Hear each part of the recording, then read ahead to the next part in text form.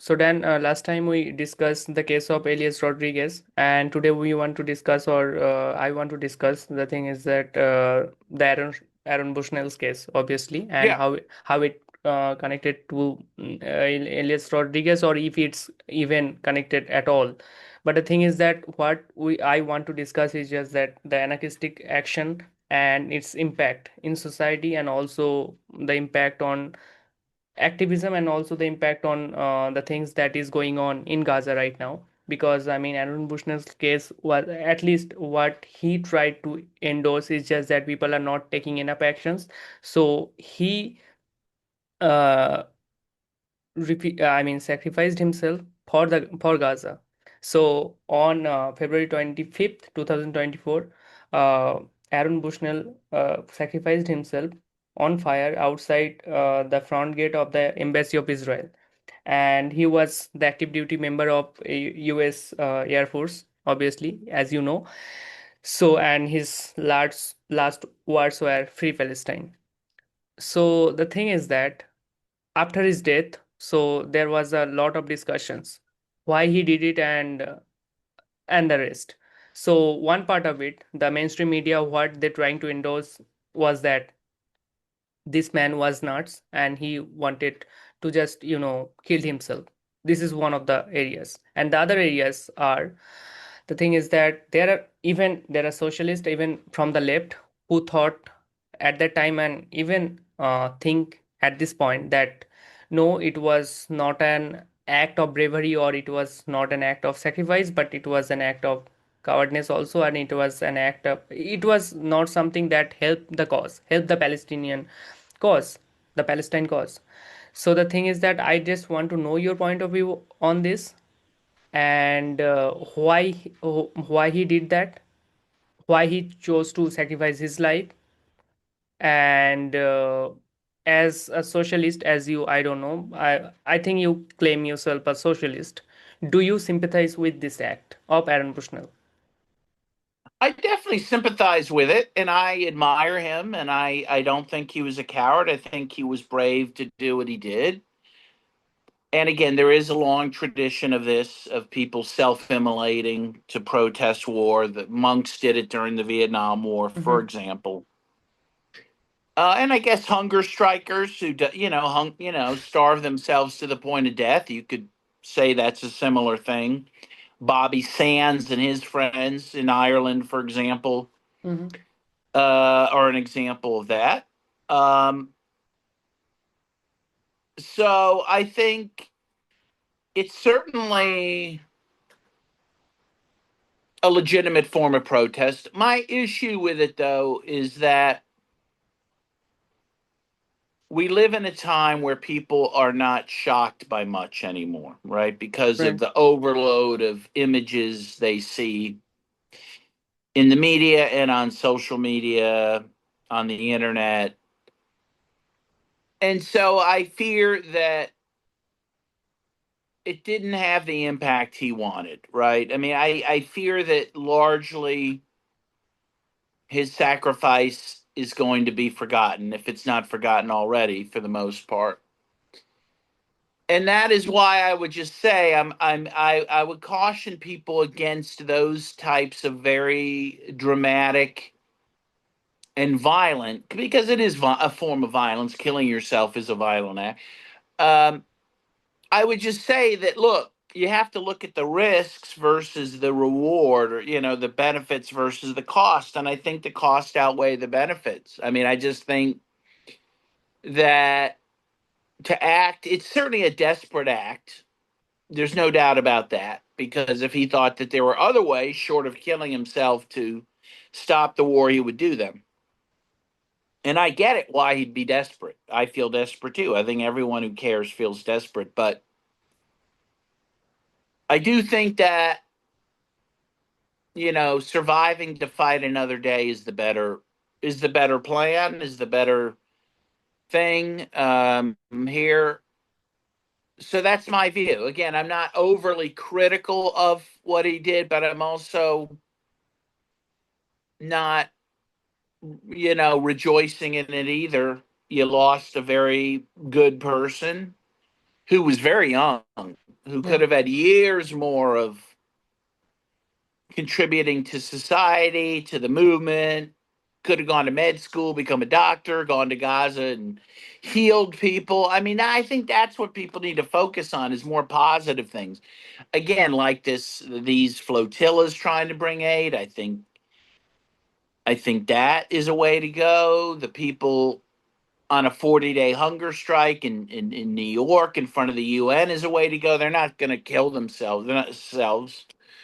Um, I think that's the way to go. And that's my view. And I think most people I've talked to feel the same way, that it's just the tragedy is that not enough people care what happened with him. And that is a tragedy. And I think people need to learn from that. It's tragic because it's with the society, not with himself or even the actions he took.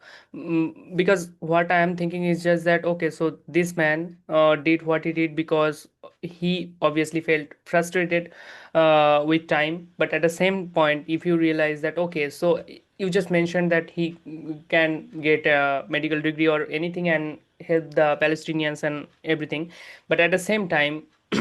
I mean, you can help Palestinians on in that way and other ways too. But at the same time, what the Israelis are doing to the Palestinians in Gaza and in other places. So the thing is that they will continue to do so in future also. So I'm not saying that Bushnell's act was a perfect way to demonstrate okay the it will stop the killings and all that. But at the same point, the solution to all of this is just that you need to act against the Israelis. No, it's not enough to help the Palestinians. It's not enough because the thing is that they are killing those people anyways. So it's like it's an anarchy. I mean, the anarchistic act is like okay. So if you take actions against the Israelis, like if someone kills some of the Israelis, IDF soldiers, or even the people in power in Israelis. That will help the cause in a way because I mean they are the ones who are continuously doing it. So people who are thinking that okay, there shouldn't be a Israel, there shouldn't be an I mean Israeli state.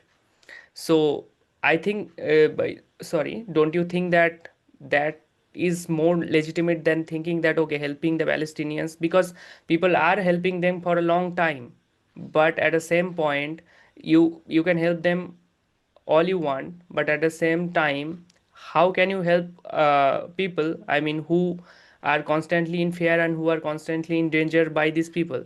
Their existence or is a threat to these people in a way. So how long can you take it? Well, and I agree with that, but he didn't hurt anyone but himself. I mean, we have to be very honest and our eyes wide open about what he did. It did not hurt Israel. In any discernible fashion, and it didn't help anyone either. So again, I just think, you have to think about, be honest about the tactic you're using. Again, I think the flotilla is a much better tactic. I think it's getting a lot of great publicity. I think that it is calculated to help people. If it is stopped, even if Israel acts violently against it, that will help the cause more than inflicting it on yourself in the way that he did. I'm just being honest about that. I mean, so again, I'm not criticizing him. I'm just saying in my view, it's not a good tactic. Um, Maybe if a more high profile person wanted to do that, maybe that would do something. I don't know, but even then, I just think that you have to, I think in the end, you err on the side of surviving and continuing the fight than ending your own life in that kind of way. Now, obviously, there's been, I think the one case that really worked, I think, wasn't it in Tunisia that led to the revolution in Yeah, Tunisia? Wasn't there one guy who yeah, lit himself on fire? And in India, a lot of farmers have performance. killed themselves. Although that's probably out more out of desperation than a political act. So it is also true you never know for sure what act you do is going to spur on something. But I think we can say in retrospect that his death didn't spur on much, is the truth of it. So I just think one has to be careful. And again, I like these other acts that are more, you know, calculated to do something positive, and even if they don't, because Israel again bombs the ship or something, well, that's going to have a bigger impact, especially if you have a Greta Thunberg on it and all that. So that's my own view: is to err on the side of life and not death. I mean, you know, someone will prove me wrong, maybe, but that's my own view. That's okay, but I was thinking it's just that okay, so if these actions like I mean these are the actions that people are taking for a long time, and also and in obviously in case of Aaron Bushnell, who he thought maybe he was frustrated and he did this act. So the thing is that I just asked I mean mentioned that okay, so there are people who don't even want the existence of an Israeli state, and there are people obviously who do think that okay, there are two-state solution can be achievable and all that. The thing is that if do don't you think that okay, so there is an anarchistic action and there is maybe a socialist action in perspective, I guess. But obviously there are when you try to reach out to Gaza and help them with foods and all that, that's also anarchistic action in a way. Obviously you are not taking your life as you said, but you are doing service to these people and also. But the thing is that I just mentioned to you that okay, if you even get them food and all that thing, but after that, if Israelis keep killing those Palestinians, what will I mean the impact of this food and all that? So that's the thing. I mean, if someone is saying that okay, if people are not taking desperate actions, I'm not just saying that okay, Darren Bushnell's case was perfect and he did the right thing. I'm just saying that okay, in this time desperate actions and anarchistic actions are needed, because I mean Israel went too far.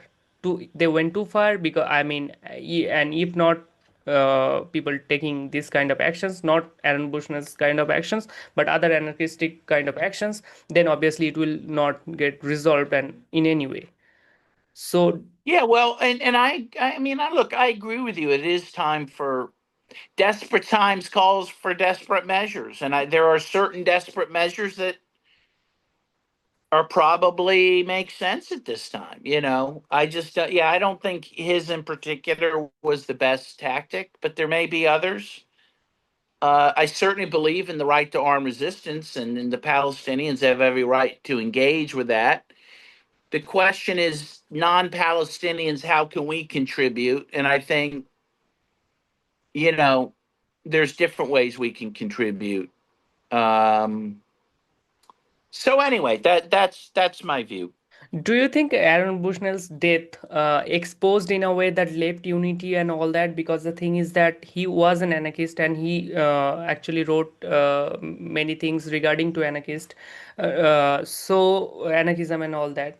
So you think because he was an anarchist, so he faced lot of hostility from other side, the socialist or Trotskyist and all that? I don't know. I never heard of him before he killed himself. I don't know how active he was. And maybe he wrote stuff, but I don't know where he wrote it or who read it. No, I don't think No, not anyone was. not written in piece and all that. It's just that there are some of the quotes, surfaced after his death.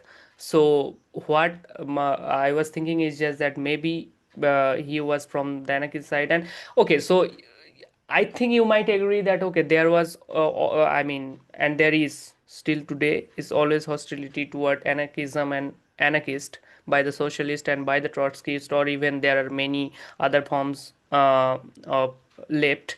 So, do you think because of that, as you mentioned, it didn't have that much impact, or it's just his action that didn't resonate with people?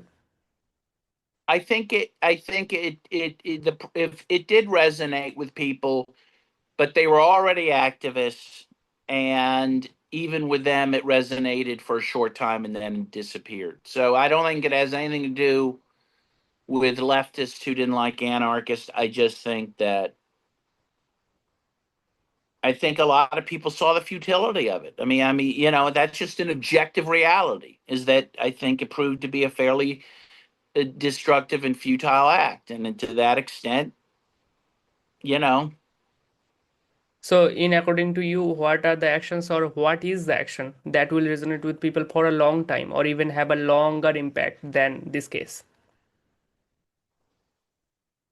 I think Rachel Corrie's death was more impactful because, again, she was engaged in a real act of civil disobedience, trying to stop a bulldozer from Right. tearing a Palestinian house down. So there was a connection, a direct connection between her death and the resistance, Mm-hmm. which wasn't, in his case, wasn't. I don't think she chose to die. I think she Yeah. just chose to resist, and she died in that process. I think that's more impactful. And again, I think these flotillas are impactful, and to the extent they absorb attacks by Israel, which they already have, I think that's impactful. But again, the goal isn't to be attacked by Israel. Again, there's this march that's planned for the middle of June. People are going to march from Cairo to the Rafah crossing in Egypt to protest that the Rafah crossing be open for humanitarian aid and that the war end. I think that's a beautiful thing. I just think for non-Palestinians, those types of more positive, clearly directed acts are more impactful. And if they fail, again, you still, for the most part, you have a great chance of living to fight another day. So I think that is how we have to view it. Even if you look at like armed guerrilla groups, their goal is not to be killed; it's to Right. fight and survive. And I think that you have to look at it that way.